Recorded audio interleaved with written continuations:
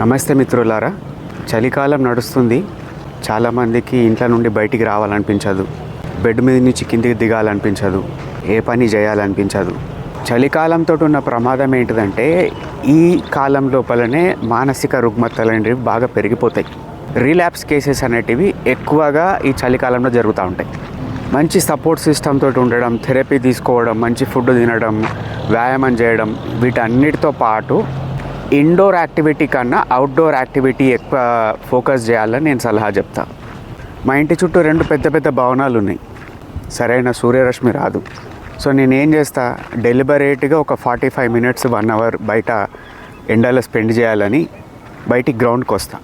So మీరు కూడా ఏం చేయండి అంటే, కావాలని వీలు కల్పించుకొని ఇంట్రెస్ట్ ఉన్నా లేకున్నా కానీ బయటికి రండి. 40-45 minutes అట్లా ఎండలో ఉండండి, ఏదైనా ఒక యాక్టివిటీ చేసుకుంటూ. Take care friends.